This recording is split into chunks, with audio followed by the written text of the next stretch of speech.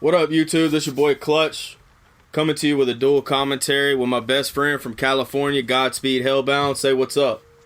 What's up, y'all? Guys, what we're doing is we're bringing a dual commentary on the new Tom Clancy game.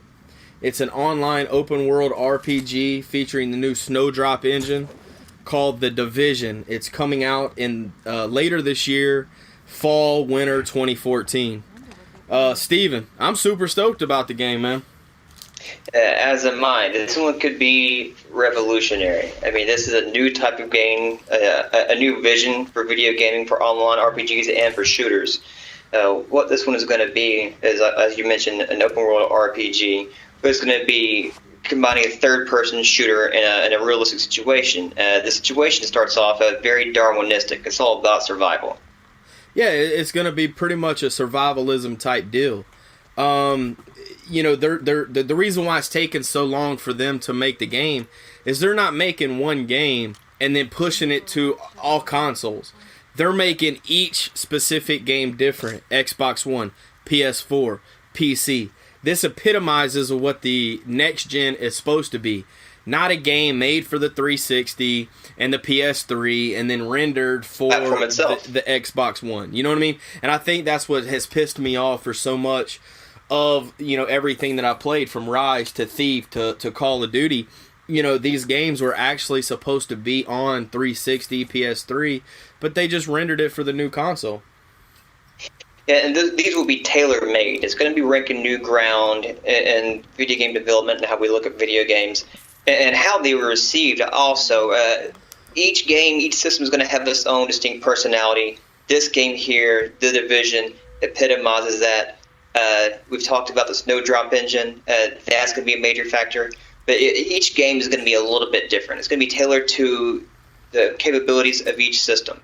Yeah, you know, you mentioned the Snowdrop. When they released that video, and I sent it to you so you could watch it a while back, I was mind blown because, you know, they're bringing, you know, trying to become an actor.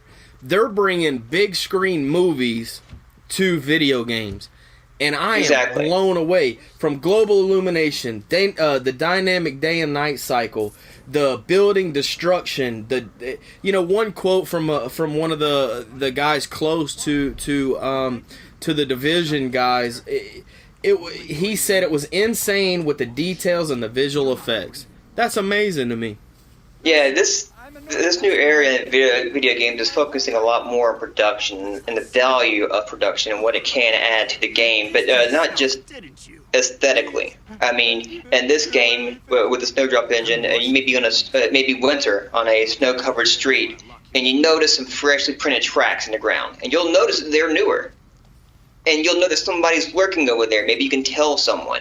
Like you said earlier, you could bust out a window and the light comes in. Let's say you're in a dark room. That could be a part of your game. It's going to really affect gameplay in different situations. This game is so detailed and so unique that you're going to have so many additions specific to a certain area. But with this new engine, there's another wild card. It makes it more realistic. It's more immersive. It's going to draw the player in even further.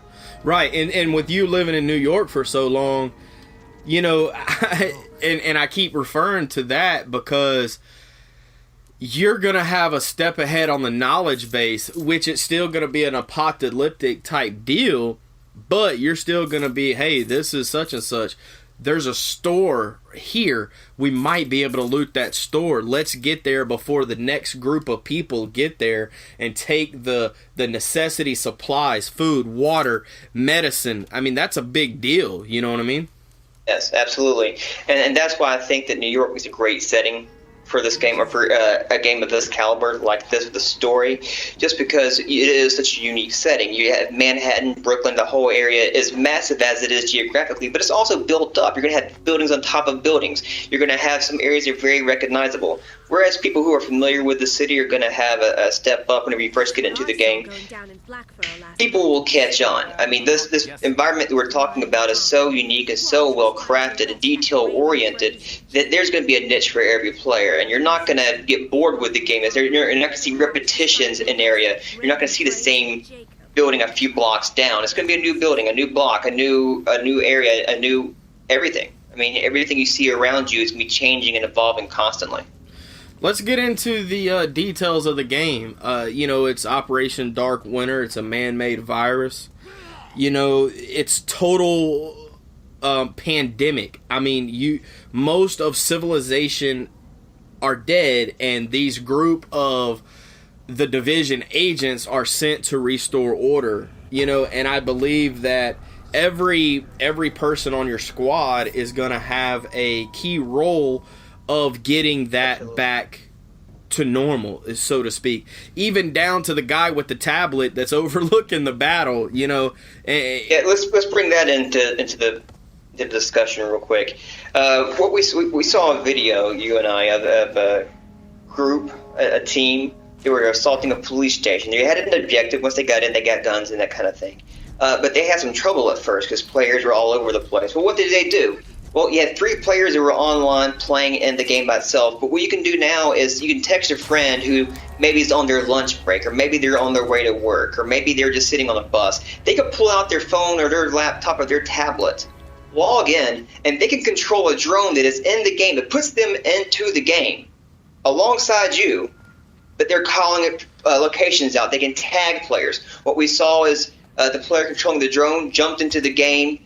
He painted a guy who was on top of a roof. He was hiding behind a sign. They still saw him. They took him down and able to progress. And that player logged out and left the game while his friends continued to develop. So you're going to have the situation where you're just going to text your friend, call a friend, and you're going to need some help because, like we said, the environment is constantly evolving, constantly changing. There are new challenges around every corner. Back to our point with the video, after the players made it into the building, after they got the help from the friend with the drone, they got the weapon. It was a MK-17 or something like that, MK-14, something like that. Yeah. And it was a very nice gun by the standards of the game. But they got out and they're trying to escape. And what happened? They encountered another group of players coming in for them. Right.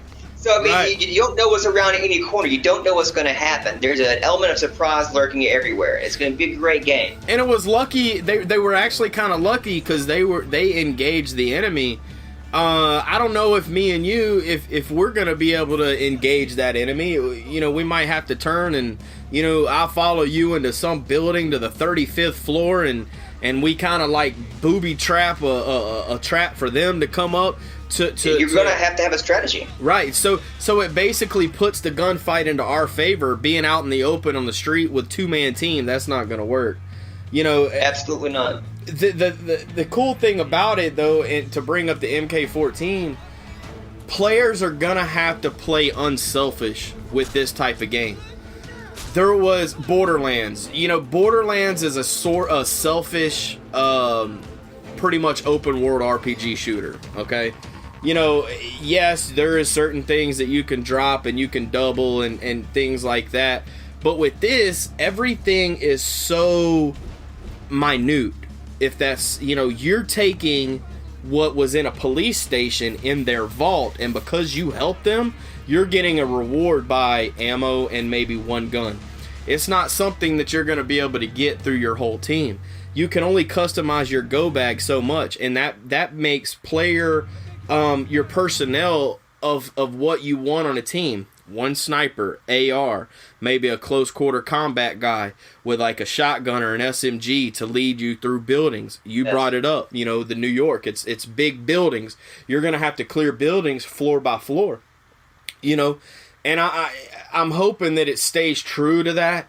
Because, if I'm a sniper and you're a close quarter combat guy with a shotgun, I'm not taking my sniper around the first freaking corner of a building. No, it's not going to fly in this game. But like you pointed out just right there, is each team is going to have its own construct of membership. Each player is going to have their own talents to offer. When this game, more than any other I've seen, is more individualistic. It's very, very... how should I say this? How you construct your player. Damn.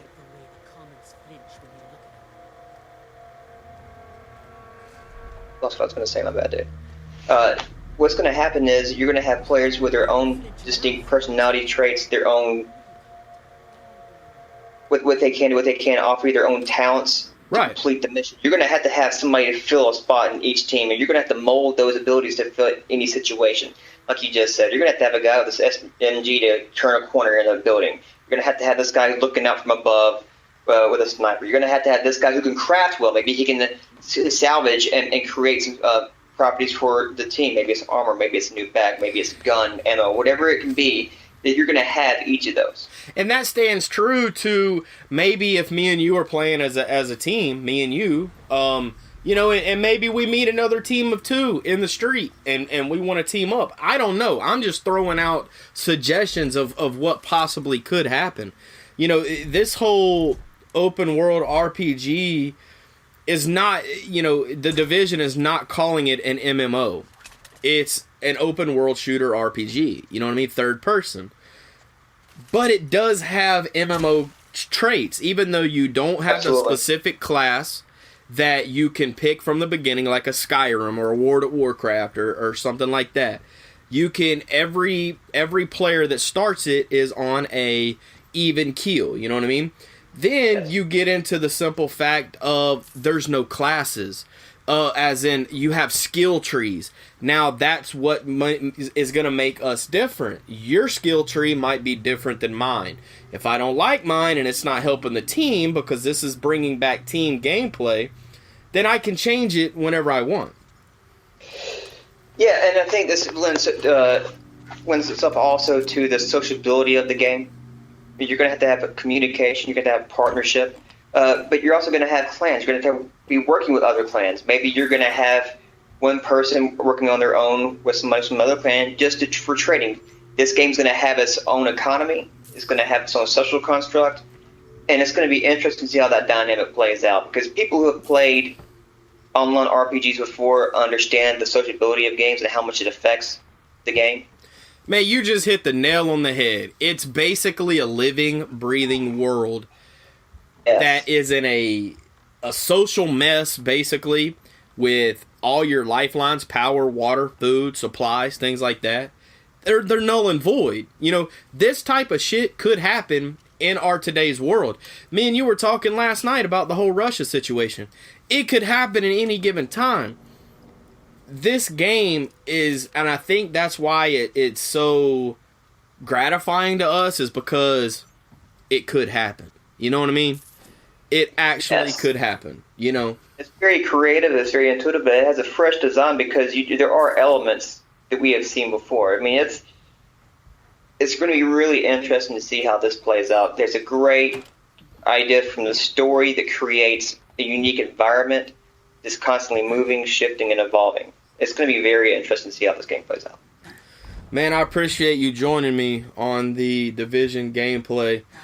Guys on YouTube, this is my boy Godspeed HellBOUND. Be looking out. We're going to be bringing you a Titanfall dual commentary, a Destiny probably dual commentary whenever we find more information about that. Be looking out for E3 on this game. Steven, I know you're going to be DVRing it. I'm going to be DVRing it. We're going to be watching it. I just hope that this game holds true to what everybody is expecting of the next gen, and it delivers and brings back the consumer's wanting of a game, if that makes sense. Yeah, demand for this is going to be high, I believe. All right, YouTube, I appreciate you stopping by my channel. I appreciate you taking the time out of your busy schedule to watch our video. Be looking out for the Titanfall, the Destiny, the Elder Scrolls Online dual commentary. We're signing out. Peace, and we'll see you on my next video. Peace, y'all. Thank you.